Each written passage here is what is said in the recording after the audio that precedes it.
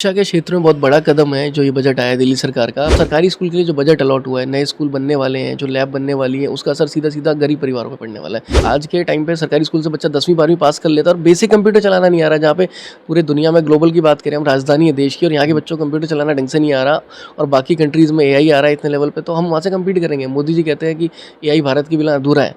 तो जब भारत के बच्चों को प्रशिक्षण मिलेगा तभी तो जाके कम्पीट करेंगे। तो ये एक बहुत अच्छा स्टेप है जो दिल्ली सरकार ने उठाया। बाकी सरकारों को भी काम कर देने चाहिए अगर नहीं कर रही है। और दूसरी चीज़ जो अब आई है इस बजट में कि फ़ॉरेन लैंग्वेज भी सिखाई जाएगी।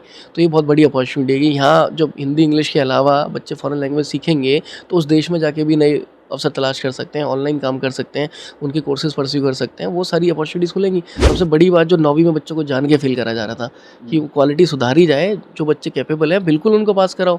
जो रिज़ल्ट है, कब तक नाम छिपाएँगे कि सरकारी स्कूल में बच्चे फ़ेल होते हैं। उस कलंक से बाहर निकले सरकारी स्कूल और बच्चे प्राउडली जाएँगे पढ़ने के लिए डर से, वरना 9वीं में बच्चे डरने लग जाते थे कि पक्का फ़ेल करेंगे ही करेंगे, ज़बरदस्ती फ़ेल करेंगे ताकि स्कूल में ना आए। तो ये तो एजुकेशन माफिया जो प्राइवेट स्कूलों में करते थे कि अपना रिज़ल्ट अच्छा दिखाने के लिए बच्चों को 9वीं में रोक लेते थे, डोनेशन माँगते थे, बहुत सारी चीज़ें, वो सब काम सरकार में होने लग गया था, उससे छुटकारा मिलेगा। दिल्ली की नई मुख्यमंत्री रेखा गुप्ता ने आज विधानसभा में अपना पहला बजट पेश किया और इस बजट में तमाम मुद्दों को लेकर के बातचीत की और हर एक क्षेत्र के लिए एक खास बजट निकाला है। सबसे अहम बात होती है शिक्षा की, तो शिक्षा के लिए आपको बता दें कि 16,397 करोड़ रुपए का ये बजट पेश किया है। इस बजट में नए स्कूल भी बनेंगे, नए जो कॉलेजेस खुलेंगे और नए लैब का भी उद्घाटन किया जाएगा।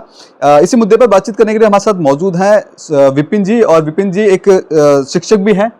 शिक्षक होने के नाते किस तरह देखते हैं इस बजट को आप?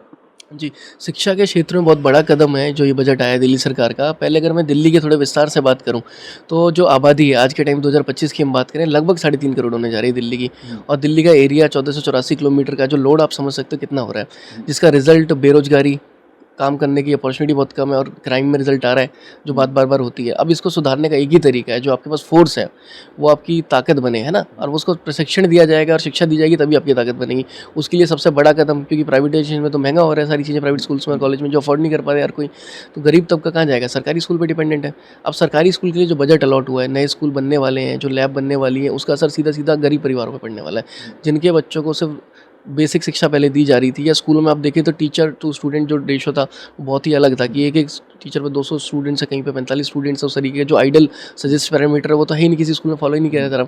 उस पे फ़र्क आएगा, नए स्कूल्स बनेंगे, टीचर्स आएंगे, नई लैब आ रही है 175 कंप्यूटर लैब्स बनने हैं। ये बहुत बड़ा एक स्टेप है आज के टाइम पे कि आज के टाइम पे सरकारी स्कूल से बच्चा 10वीं 12वीं पास कर लेता है और बेसिक कंप्यूटर चलाना नहीं आ रहा, जहाँ पे पूरे दुनिया में ग्लोबल की बात करें, हम राजधानी है देश की और यहाँ के बच्चों को कंप्यूटर चलाना ढंग से नहीं आ रहा और बाकी कंट्रीज़ में एआई आ रहा है इतने लेवल पे, तो हम वहाँ से कम्पीट करेंगे। मोदी जी कहते हैं कि एआई भारत के बिना अधूरा है।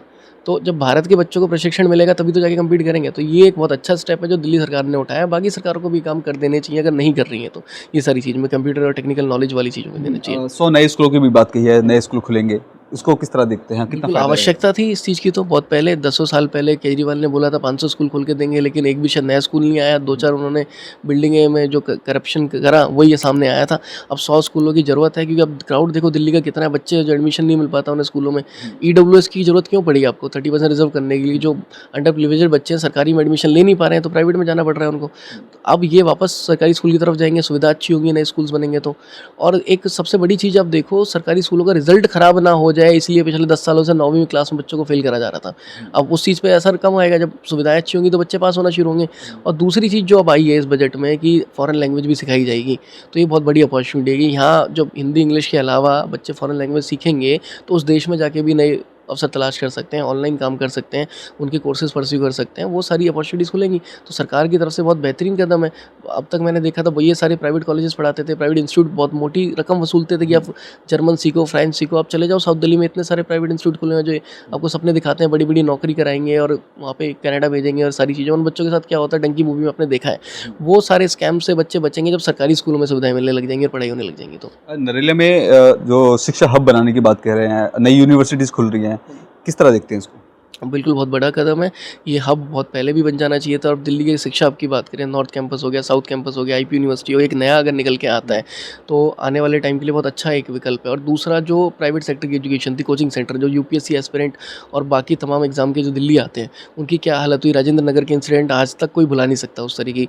उसके बाद जो कमेटी बैठी, उसने एलजी को रिकमेंडेशन दिया था कि नरेला, भवाना की साइड एक एजुकेशन हब डेवलप करके दिया जाए, जहाँ पे प्रॉपर इंफ्रा हो, जो आज के टाइम पे मानकों को पूरा करता हो, बच्चों को सुविधाएं मिले, चाहे वहाँ रहने के हॉस्टल्स हों, चाहे वहाँ पे पढ़ाई के सेंटर्स हों, बच्चे इजीली चूज़ कर पाएंगे। वहाँ पे रोजगार के अवसर भी होंगे लोगों के लिए, पीजी खोलेंगे, रेस्टोरेंट्स खोलेंगे, होटल्स खोलेंगे, इंस्टीट्यूट्स खोलेंगे, सबको रोजगार भी मिलेगा और शिक्षा एक व्यवस्थित तरीके से वहाँ पे होगी। इस तरीके से शिक्षा की बात करते हैं तो शिक्षा की अब अच्छी बात हो रही है कि शिक्षा में अच्छा जो आयाम है वो आएंगे, लेकिन रोजगार से भी सब जुड़ा होता है क्योंकि बच्चे गवर्नमेंट से पढ़ लेते हैं तो कहीं ना कहीं सक्सेस नहीं पा पाते और फिर एक बेरोजगारी का एक बड़ा ऑप्शन होता है। उसके पीछे रीज़न है, अगर उन्होंने सिर्फ किताबी पढ़ाई करी हुई, नंबर ले लिया और काम करना नहीं आता है। अब प्रैक्टिकल प्रशिक्षण की बात है, अब आप उन्हें कंप्यूटर चलाना सिखा दोगे, किताबों में तो आपने पढ़ा दिया। तो अगर आप याद करो बेसिक क्या पढ़ाया जाता था, ये MS DOS है, यहाँ जाओ ये करो। बच्चों ने कभी ज़िंदगी में कंप्यूटर देखा नहीं है तो क्या कर लेंगे इंटरव्यू में जाके, तो कैसे रोजगार मिलेगा। अब 1200 मेरे ख्याल से स्कूलों में स्टूडेंट को लैपटॉप बांटे जाएंगे। जब हाथ में बच्चों की 10th क्लास में लैपटॉप आएगा, चलाना सीखेंगे, तो मार्केट में आप गूगल करो ना, लिंक्डइन पर जाओ, इतनी डाटा एंट्री जॉब्स अवेलेबल है, इतनी सारी चीज़ें। बेसिक बच्चों को हल्का सा social media management, digital marketing, AI की चीज़ें सिखा दी, कंटेंट क्रिएशंस ना। आज का बच्चा इतना सक्षम है, 10वीं पास खुद के लिए जॉब ढूंढ सकता है, मार्केट में इतना काम अवेलेबल, लेकिन स्किल नहीं है बच्चों के पास। वो स्किल लाने का काम इनके पास शुरू हो जाएगा कि ट्रेनिंग तो आपने दे दी, उसके साथ टूल्स भी आप प्रोवाइड कर रहे हो। जैसे आपने गाड़ी चलाना तो सिखा दी, पर गाड़ी बंदे ने कभी देखी नहीं तो क्या कर लेगा वो, उसे ड्राइवर की जॉब थोड़ी मिल जाएगी जब तक प्रैक्टिकल नहीं करेगा। सेम चीज़ है, लैपटॉप आ रहे हैं, कंप्यूटर लैब 175 अब बन रही हैं। इसका मतलब पहले ज़रूरत थी ना इन चीज़ों की, बहुत पहले हो जाती तो ये बेरोजगारी का मुद्दा होता ही नहीं दिल्ली में। अच्छा, पूर्व की सरकार में जो शिक्षा बजट था और अब भारतीय जनता पार्टी की जो सरकार में बजट है, कितना संतुष्ट है और क्या डिफरेंस इसमें खास आप देख पा रहे हैं? पुरानी सरकार के बजट में तो मुझे नहीं लगता कभी शिक्षा पर उन्होंने जोर दिया। उन्होंने सिर्फ चुनावी वादे होते थे, 500 स्कूल खोल देंगे, ये कर देंगे। और शिक्षा की मुझे इतना तो जरूर याद है, उन्होंने अपना PR का बजट शायद 500 करोड़ बोला था, इस तरह की चीज़ें। यहाँ पे पहली बार जो सुनने में आया, जो हाईलाइट हुआ है मीडिया में भी, कि बजट इतना ज़्यादा हुआ है। यहाँ पे नए स्कूल भी बन रहे हैं, स्कूल कॉलेज की बात हो रही है, लैंग्वेजेस पहली बार ऐड हो रही हैं, कंप्यूटर्स लैब लगी जा रही है सरकारी स्कूलों में, उसके बाद लैपटॉप सरकारी स्कूलों में दिए जा रहे हैं। और सबसे बड़ी बात, जो 9वीं में बच्चों को जान के फेल करा जा रहा था, कि क्वालिटी सुधारी जाए, जो बच्चे कैपेबल हैं बिल्कुल उनको पास कराओ। जो रिजल्ट है, कब तक नाम छिपाएंगे कि सरकारी स्कूल में बच्चे फेल होते हैं। उस कलंक से बाहर निकले सरकारी स्कूल, और बच्चे प्राउडली जाएंगे पढ़ने के लिए डर से। वरना 9वीं बच्चे डरने लग जाते थे कि पक्का फेल करेंगे ही करेंगे, ज़बरदस्ती फेल करेंगे ताकि स्कूल में ना हो जाए। तो ये तो एजुकेशन माफिया जो प्राइवेट स्कूलों में करते थे, कि अपना रिजल्ट अच्छा दिखाने के लिए बच्चों को 9वीं में रोक लेते थे, डोनेशन मांगते थे, बहुत सारी चीज़ें, वो सब काम सरकार में होने लग गया था। उससे छुटकारा मिलेगा। तो बजट एक बहुत बड़ा परिवर्तन लाएगा। आप देखना अगले 2-4 साल में जो आज जो परिवर्तन हुआ है, ये आप ही बात करना 5 साल बाद कितना क्या असर होता है आज की। ठीक है, तो देखिए ये थे विपिन जी, और एक शिक्षक हैं, उनका साफ तौर पे कहना है कि दिल्ली सरकार का जो बजट है, जिससे आने वाले समय में नए स्कूल बनेंगे, तो शिक्षा के क्षेत्र में कहीं ना कहीं एक विकास होगा। और उम्मीद लगाते हैं कि आज के इस बजट में आने वाले समय में, यानी आने वाले कई सालों के बाद, एक शिक्षा के क्षेत्र में एक परिवर्तन होता हुआ आप लोगों को जरूर दिखाई देगा। कैमरा पर्सन कमलेश कुमार के साथ मैं संदेश सक्सेना, पंजाब केसरी.com, दिल्ली।